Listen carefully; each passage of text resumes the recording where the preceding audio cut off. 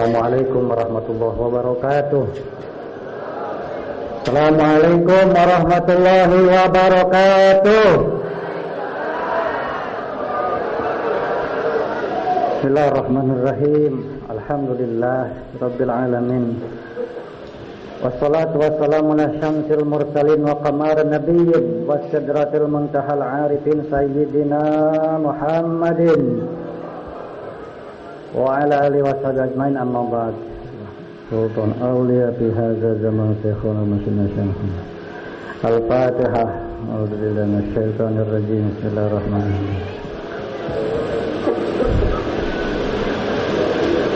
Kepada yang mulia Hadrati Syekh Mausa Abah, yang sama-sama kita hormati, sama-sama kita taati fatwa-fatwanya yang sangat dimuliakan Allah. Kepada yang sangat saya hormati, yang dimuliakan Allah, Bapak Pemerintah Khusus Pengarsa Abah Jagat, Sahibul Bait, Sahibul Maqam, juga para wakil talqin Pengarsa Abah, para romo kiai, lisan-lisan Pengarsa Abah, petani penanam pohon anti gempa yang tidak bisa disebutkan satu persatunya, yang sangat saya hormati. Para pengurus madrasah, mubalighin mubaligho, da'i-da'iyah. Tidak lupa kepada pengatur waktu, pembawa acara yang mulia, yang sangat saya hormati, dan semoga semuanya yang hadir pada hari ini, yang berniat mau hadir, yang belum bisa hadir, semuanya semoga diberkahi Allah, semuanya, segalanya. Amin. Terima kasih kepada pembicara yang pertama atas kiraman ilmu Allahnya, lisan Syekh Mursyid Maulud Kiai Haji Akbar. Yang barusan ngomong adalah Kiai Jadi, Kiai Haji Dr. Akbar Madani, Ketua MUI Kabupaten Bogor, plus dosen di berbagai universitas di Bogor. Jadi beliau adalah Kiai Jadi. Yang berdiri di hadapan para ini adalah, ini bukan siapa-siapa.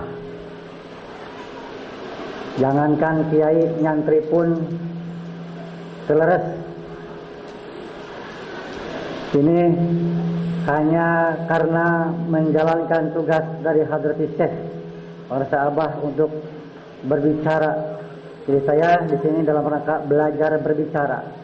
Jadi mohon izin kepada para romo yai, bila mana pembicaraan saya cek Sunda nama untuk klop menurut nahu jeung sorokna teu ngirecek dina ilmu mantek teu kaharti geutunya dina ilmu maani telekoh dina balagohna dihapunten anu kasuhun. Omean sim kuring ngangge adab-adab saulamaan. Hartos Bu? Henteu, waduh.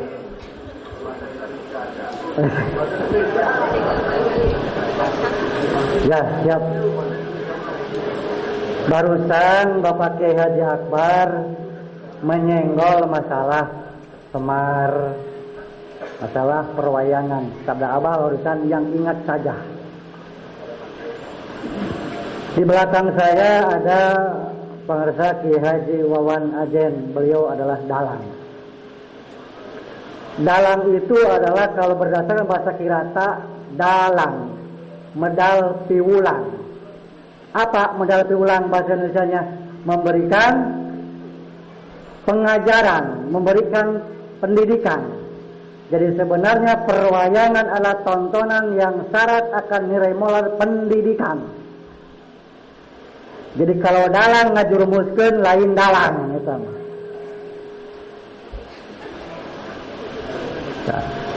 Tadi Bapak Kiai Akbar nyerempet tentang Semar. Semar itu kalau di perwayangan gelarnya Pakuning Alam. Betul ya Pak Dalang ya? Semar itu bahasa Sumir, Pakuning Alam. Yang ikut Semar siapa? Adalah Pandawa. Orang golongan Pandawa yang ikut Semar selamat. Pandawa 5 Kalau boleh saya memberikan penafsiran berdasarkan keilmuan saya, kucuran dari Hadratus Syekh, Semar itu sebenarnya perlambang dari Syekh Mursyid. Karena wali mursyid adalah pakuning alam, pakunya alam dunia. Satu saja wali Allah Syekh Mursyid tidak akan turun hujan. Pepohonan tidak akan jadi. Binatang tidak akan ada air susunya. Karena bukti adanya kewalian adalah masih turun hujan. Ya, jadi tidak ada istilah kekosongan wali, tidak ada. Begitu kosong harus segera terisi. Yang ikut Pandawa 5. Pandawa 5 itu dalam diri kita ada pangucap, pangrasa, paningali, pangdenge, pangriung, pangangse. Ngerti? Paham? Penglihatan, pendengaran, ucapan, terus panca indera yang 5 yang ada di dalam diri kita ketika totalitas kita ikut kepada wali mursyid pakuning alam, selamat. Makanya adanya di Amarta. Nah, jadi di dalam perwayangan, tahu cepot, Ibu? Cepot itu tinggalnya di mana?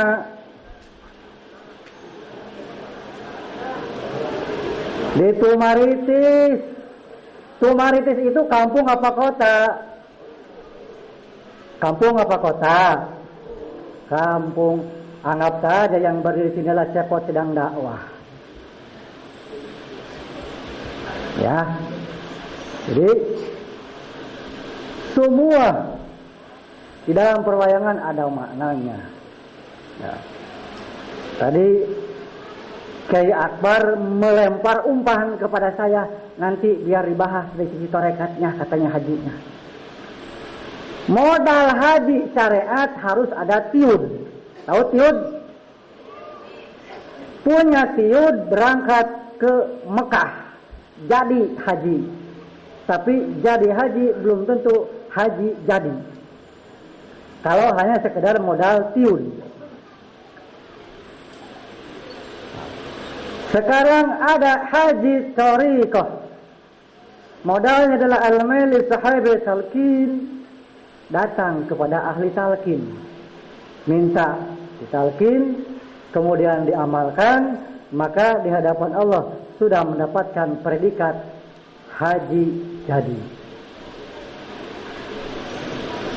Modalnya cuma 1 juta. Kiai 1 juta modalnya. Jut turun dina kendaraan, naonnya kendaraan lama. Terus menta 1 juta. Iya, minta ditalkin. Jut turun dari kendaraan, apa saja. Kalau Bapak Haji Idan mah tuh Robicon naik ke atas. Mau dari Robicon, mau dari apa saja kendaraannya, bahkan naik skuter juga jadi. Skuter jut turun di dina sendal. Minta talkin. Bakal jadi haji jadi. Bahkan para sahabat dulu masih saya ingat, kalau ada ikhwan TKN Pondok Pesantren Suryalaya yang akan merubah-rubah doa yang sudah ditetapkan oleh guru mursyid, mendingan duitna kauwingkeun, tong jadi duitna rugi.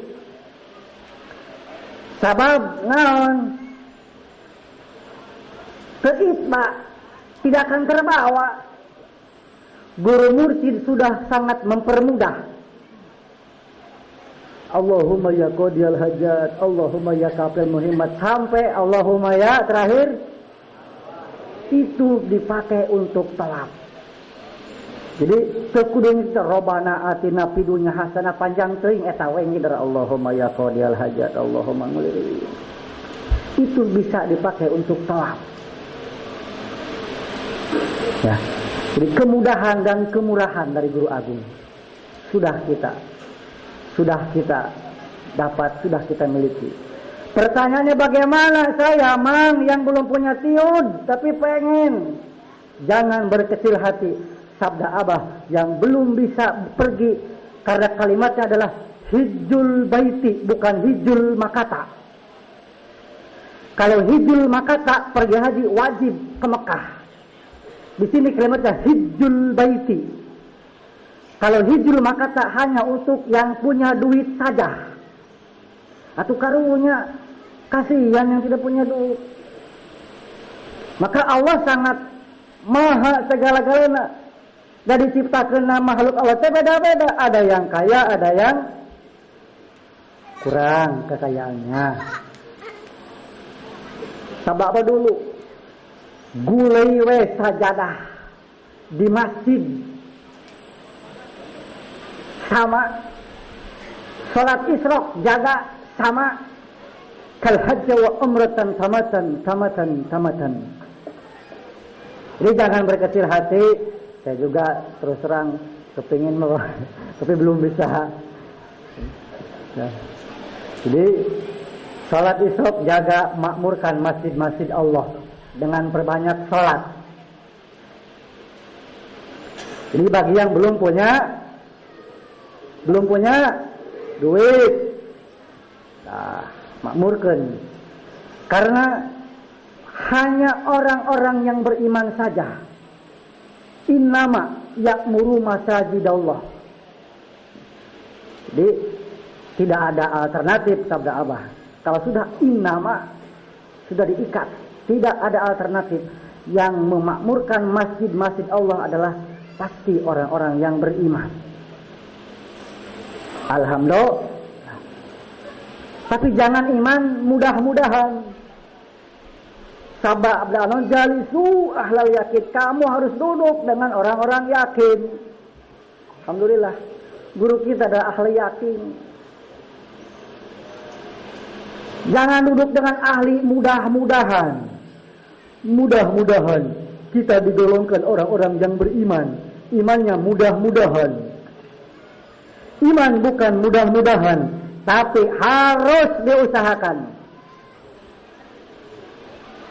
Walaupun tahapannya mungkin beda-beda. Awal berangkat dari iman bi ilmiah, iman bi akliyah, mungkin iman syahadah, proses. Dan Anda saudara-saudara yang hadir termasuk saya sangat-sangat bersyukur sekali untuk mencapai tahapan iman syahadah. Syaratnya mutlak harus ada syekh mursyid yang menanamkan benih kalimat iman. Maka tidaklah salah Rasulullah sallallahu alaihi wasallam memberikan penjelasan baina itu, menggambarkan bahwa rukun Islam seperti bangunan. Maka pertanyaan, kenapa syahadat disimpan pada nomor pertama, sedangkan haji biaya yang begitu gede disimpan yang terakhir? Kenapa? Karena ibadah haji hanya satu kali seumur hidup wajibnya. Maka disimpan, diposisikan nomor 5. 1, syahadat. 2, 3, 4, 5, hijjul baiti, berangkat haji. Ya, bagi yang sudah mampu di jalannya. Kemudian puasa diposisikan keempat. Karena puasa wajibnya hanya datang 1 tahun 1 kali. Setiap bulan Ramadan. Perintah zakat datangnya setahun bisa 2 kali atau 3 kali. Zakat pertanian misalnya. Maka diposisikan yang ketiga. Salat diposisikan kedua. Karena wajibnya salat sehari hanya 5 kali. Wajibnya. Syahadat diposisikan yang pertama. Kenapa? Sebelum bertanya situ, berapa kali kita mengucapkan syahadat wajibnya?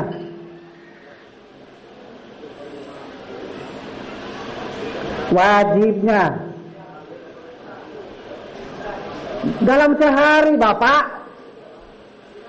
9 kali. Salat yang 2 rakaat 1 kali ucap syahadat asyhadu an la ilaha illallah. Salat yang 3 rakaat 2 kali, salat yang 4 rakaat 2 kedua kali. 2 1 pengucapan lafadznya bisa jadi sehari hanya 9 kali kalau sekedar pengucapan lafaz. Tetapi penyaksian kepada Allahnya dengan ainul basyirah harus setiap saat. Bersyukurlah kita sudah mengamalkan syahadat. Ini adalah karunia Allah, berkah karomah dari Syekh Mursyid. Maka pantas Rasulullah SAW meletakkan syahadat jadi rukun Islam yang pertama, karena merupakan fondasi.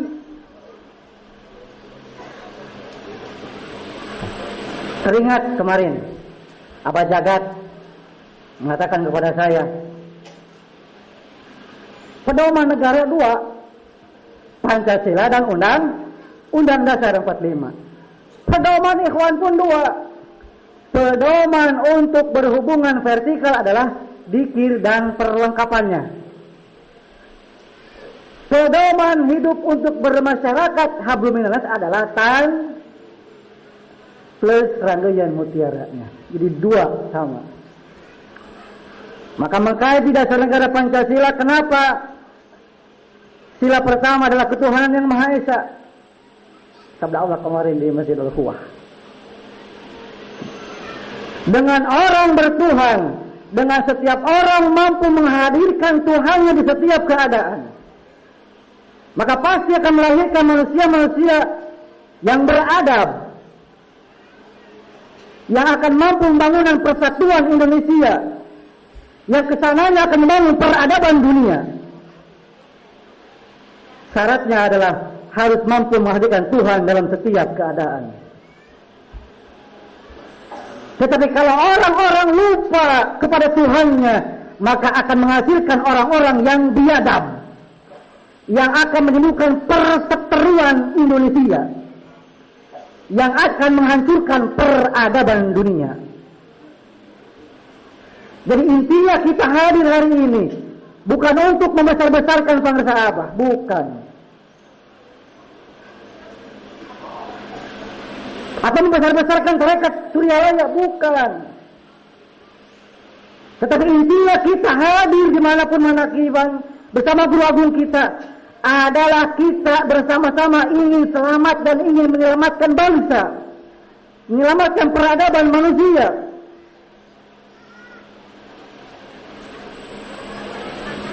Karena jika saudara-saudara tidak bertemu dengan wali yang mursyidah, saudara-saudara menanggung dosa seumur hidup kepada Allah dan Rasulnya.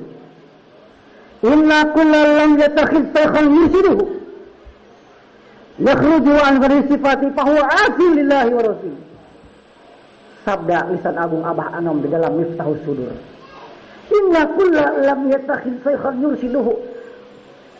Sesungguhnya setiap manusia yang tidak mau mengambil guru mursyid ketika hidup, yakhrujuhu an hadis sifati, yang akan mengeluarkan pirang-pirang berbagai macam penyakit-penyakit rohani yang merupakan hijab kita dengan diri kita, hijab kita dengan Allah, yang berdampak kepada su'ul adab. Sulit untuk kita berada baik kepada Allah, kepada yang di atas, kepada yang sesama, kepada yang di bawah. Karena terhalang berbagai penyakit-penyakit yang ada di dalam diri. Kalau akunya masih ada, sulit untuk bisa kita berbuat menjadi orang benar. Karena bisanya kita dibisakan oleh Allah, maunya kita dimaukan oleh Allah. Tidak boleh diaku, itu adalah karena aku. Jangan. Karena kalau nanti masih ada pengakuan diri, tidak akan mampu melihat kekurangan kita, yang berdampak tidak akan mampu melihat kelebihan yang ada dalam diri orang lain. Bahkan lebih jauh tidak akan mampu melihat keagungan Allah, kalau yang terlihat adalah keagungan diri. Idza aradallaha abdin khairan faqahahu fid din wa basarahu bi ayubin nafsih. Jika Allah hendak menjadikan baik seorang hamba, maka diberikan pemahaman dalam agama dan diberikan kemampuan untuk berintrospeksi diri, bermuhasabah. Inilah alat muhasabah. Makanya zikir kita dari ilah hadrati sudah merem, agar ketika mata dohir merem, tidak banyak melihat keluar, tetapi banyak melihat ke dalam. Masih banyak pekerjaan rumah yang harus kita kerjakan, yaitu memperbaiki diri, agar kita dilimpahi oleh akhlak mursyid. Karena saya mursyid itu sudah mau berakhlak dengan akhlak Allah. Sabda Nabi, takhalaqu bi akhlaqillah. Berakhlaklah kamu dengan akhlak Allah. Saya mursyid sudah seperti itu. Kalau kita belum sirna rasa, tidak akan bisa melimpah akhlak Allah yang dititipkan pada saya mursyid kepada kita, akan sulit kalau masih ada pengakuan diri. Hijab, pengakuan diri adalah hijab. Maka dalam kaidah dikatakan, idza kana murid lam yaqdir ala itba'i rasul fi aqwalihi wa ahwalihi wa aqwalihi wa af'alihi wa ahwalihi falyatabi khuluqa sayfihi. Jika seorang murid belum mampu mengikuti Rasulullah sallallahu alaihi wasallam di dalam ucapan, di dalam perbuatan, di dalam ahwal, di dalam akhlak, maka ikutilah akhlak Syekh Mursyidmu. Karena Syekh Mursyid sudah berakhlak dengan akhlak Rasul.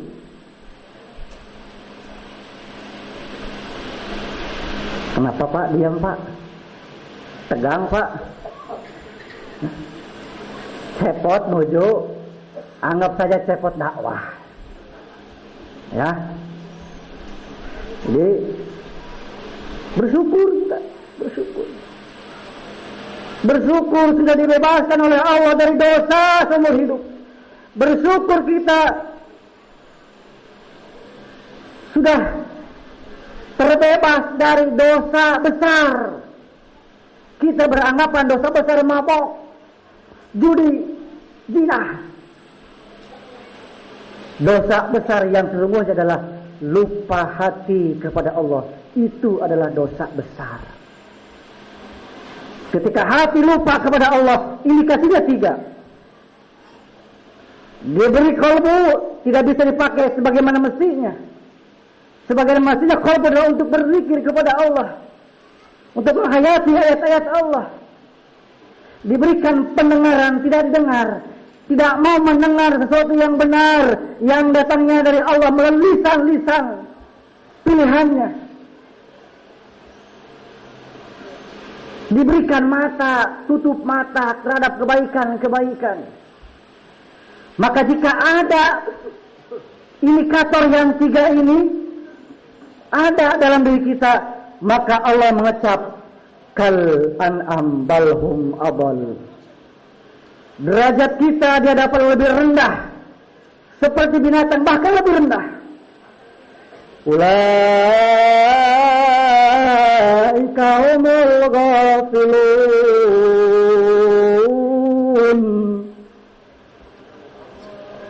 Mereka itulah orang-orang yang lupa hatinya kepada Allah. Karena barang siapa yang belum bertemu dengan Syekh Mursyid, pasti masih lupa hati kepada Allah. Maka disebut ketika hati lupa kepada Allah, maka belum jadi manusia yang paripurna, sehingga pantas Allah mengecap lebih rendah daripada binatang.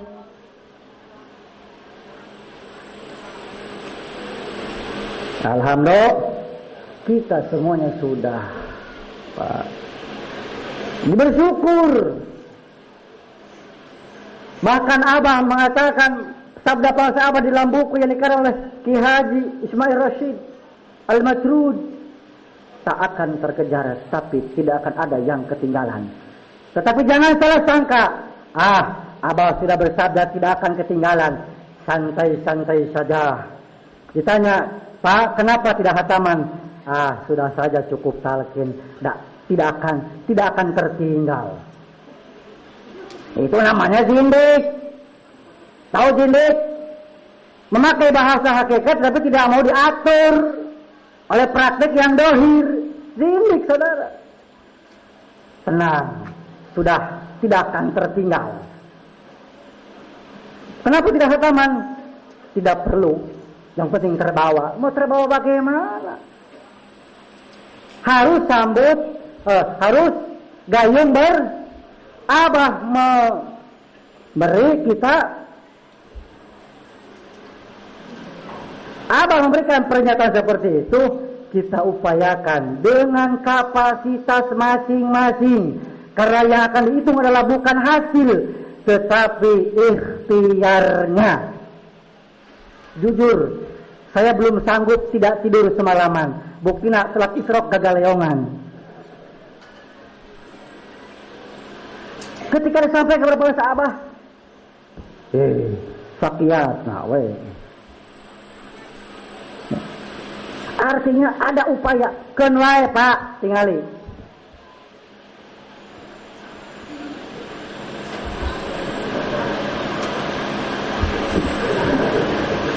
Kenway dilatih. Latihan iraha deui lamun teu dina manakiban.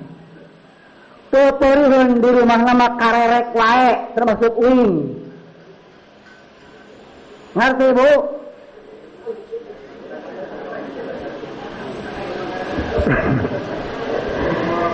Di rumahnya pada ngorok terus. Mumpung di manakiban kita manfaatin. Latihan di manakiban bersama guru agung. Di rumahnya mah banyakkan ngoroknya. Diajar. Ada ge nganilai usaha orang. Moal sugan, sing bener moal. Karena yang dinilai usaha kita. Tong alus. Jangankan yang bagus. Yang jelek saja oleh Abah mah disebut bagus. Berbeda dengan kita.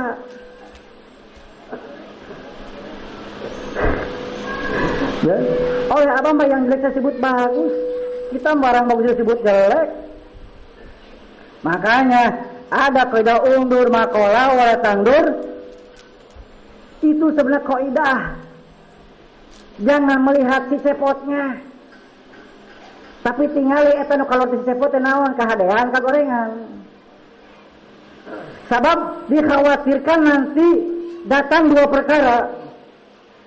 Jeksuna nama bisi dihariwangkeun kadatangan dua perkara. Kahiji datang kapieulaan kursep, kadua datang kapieulaan ku ngewa. Didahulukan suka, didahulukan benci. Dikhawatirkan dua perkara itu menimpa kita. Kalau orang sudah didahulukan suka, walaupun ngomongnya ngelantur, orang suka, diiyakan saja. Oh bagus, bagus. Karena didahulukan suka. Tetapi kalau didahulukan benci, walaupun ngomongnya benar. Ngomong apaan lo mah, anak kemarin sore, gua juga tahu lehoannya. Karena takut tersaingi oleh yang muda. Sampai kan nggak jadi datang ke manakiban. Datang ustaz itu, nggak jadi Jangan ya Pak ya. Sebab hal ini ada terjadi di daerah tertentu. Gara-gara biasa ngimaman pribadinya, kemudian telat datang ke masjid yang mengimami orang lain, terjadi setulus ke masjidnya bisa ngimaman. Ingat, yang datang para mubalik atau wakil talqin ke manakiban jangan berniat untuk nalkin. Kalau wakil talqin, apalagi di aku, itu saya yang nalkin, itu saya. Wakil talqin bukan mentalkin, hanya dijadikan corong. Sabda Abah kalau tidak salah tahun 2014.